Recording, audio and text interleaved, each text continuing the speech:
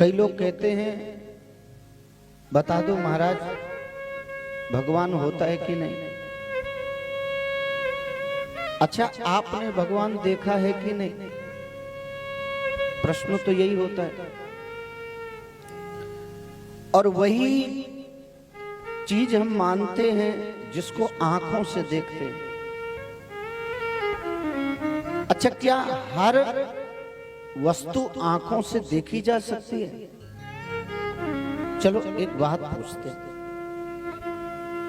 क्या आज तक आपने हवा को देखा है? अरे बोल दो जी। बचपन में एक हमने इंग्लिश की पुस्तक में लेसन पढ़ा था, Who has seen the wind? Neither I nor you. हवा को किसने देखा?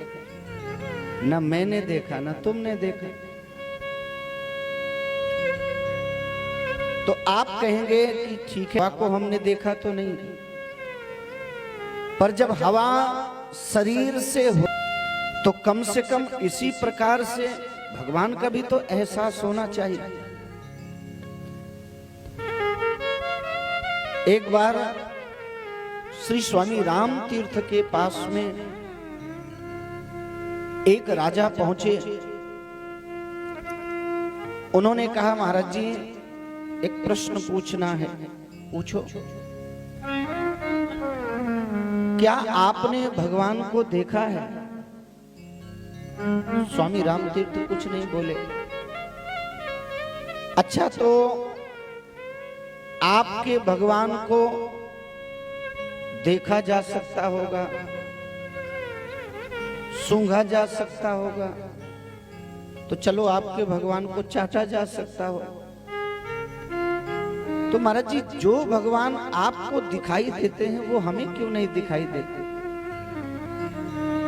कई बार ऐसे अनर्गल प्रश्न लेकर के हम महापुरुषों के पास में जाते हैं। बुद्धि का तो कुतर्क हो सकता है, पर उससे हासिल कुछ नहीं होता। हमारे महाराज जी कहते हैं, एक बार एक व्यक्ति आया, उसने कहा, महाराज जी बताओ रावण की नानी का क्या नाम था?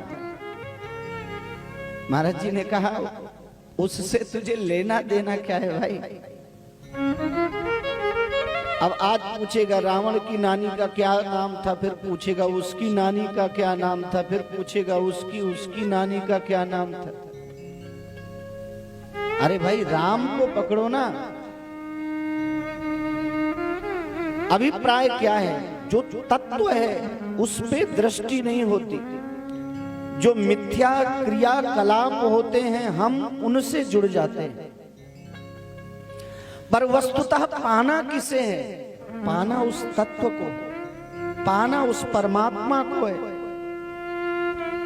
पर जो मिथ्या क्रियाकलाप हैं वो हमें ज्यादा आकृष्ट करते और हम उन्हीं में उलझ करके रह जाते हैं। किसी ने बताया ऐसे आराधना करना चाहिए, किसी ने बताया ऐसे आराधना करना चाहिए। अब हम जब भगवान के सामने बैठते हैं तो उलझ करके रह जाते हैं। उन्होंने तो ऐसा बताया था, महाराज जी आप ऐसा बता रहे हैं, और फला आए थे वो ऐसा बता करके गए। अब आप बताइए हम करें तो क्या करें? यहां पर परम पूज्य श्री मलूक पीठाधीश्वर जी महाराज एक बात कहते हैं, किसी ने क्या बताया इस पर दृष्टि मत रखो। आपके गुरुदेव भगवान ने आपको कौन सा मार्ग बताया है उस पर दृष्टि रखो। जिस मार्ग को गुरुदेव भगवान ने बताया है, निष्ठा पूर्वक श्रद्धा पूर्वक उसी मार्ग पर चलते रहना। आज नहीं तो कल वो भगवान आप पर जरूर कृपा करेंगे। पर हम लोग तत्व को छोड़ करके क्रिया में उलझ कर रह जाते हैं। अभिप्राय क्या है? आप कहेंगे तो महाराज जी फिर क्रिया का कोई महत्व नहीं है। नहीं है। बच्चे को जब मां बैठाती है पढ़ाने के लिए तो पहले एक ऐसे डंडा खींचती, फिर कहती है बेटा एक ऐसे डंडा खींचो, अच्छा सही सही बताओ, माँ क्या उस बेटे को लाइन सिखाना चाहती है या डंडा सिखाना चाहती है? अरे बता दो। नहीं ना, माँ को शब्द का बोध कराना है, तो पहले उसके लिए आवर्तन तैयार करती है। पहले एक डंडा ऐसे खींच, फिर ऐसे खींच, फिर इसको ऐसे 3 बार घुमा दे, एक डंडा ऐसे करके मिला दे। आ बन गया कि नहीं? वस्तुतः उन रेखाओं से उसका मतलब नहीं था, वो जो तत्व है, वो जो आकारः वासुदेवस्य, वो जो आकार बताना था, उसके लिए उसने सिर्फ आवर्तन बनाया। वस्तुतः बोध तो उस आकार का कराना था, बोध तो उस वासुदेव का कराना था। इसी प्रकार से ये जो क्रिया है, क्रिया प्रारंभिक दशा में हमको वहां तक ले जाती है, मिथ्या नहीं है। पर याद रखो, इन्हीं क्रियाओं में उलझ करके नहीं रह जाना, वो जो तत्व है ना, उससे पकड़ो। इसलिए 50 जगह जाने की आवश्यकता नहीं है, 50 लोगों की बातों पर ध्यान देने की आवश्यकता नहीं है।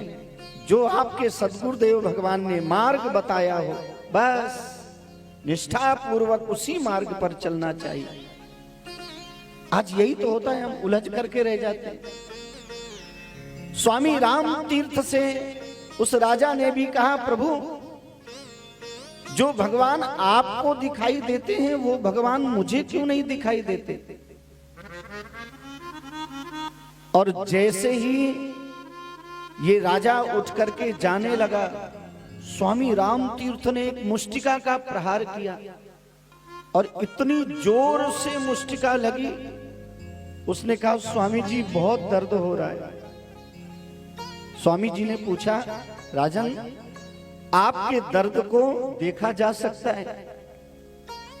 अच्छा तो आपके दर्द को सूंघा जा सकता होगा? अच्छा तो आपके दर्द को चाटा जा सकता होगा? अच्छा एक बात बताओ, जो दर्द तुम्हें हो रहा है वो दर्द हमें क्यों नहीं हो रहा? उस राजा ने कहा, स्वामी जी कैसी बात करते हैं, चोट जिसे लगती है दर्द उसे होता है। आहा हा हा। स्वामी राम तीर्थ ने कहा, मैं यही समझाना चाहता हूं, सद्गुरुदेव भगवान के वचनों की चोट जिसे लगती है, अंत में भगवान का दर्शन उसी को होता है।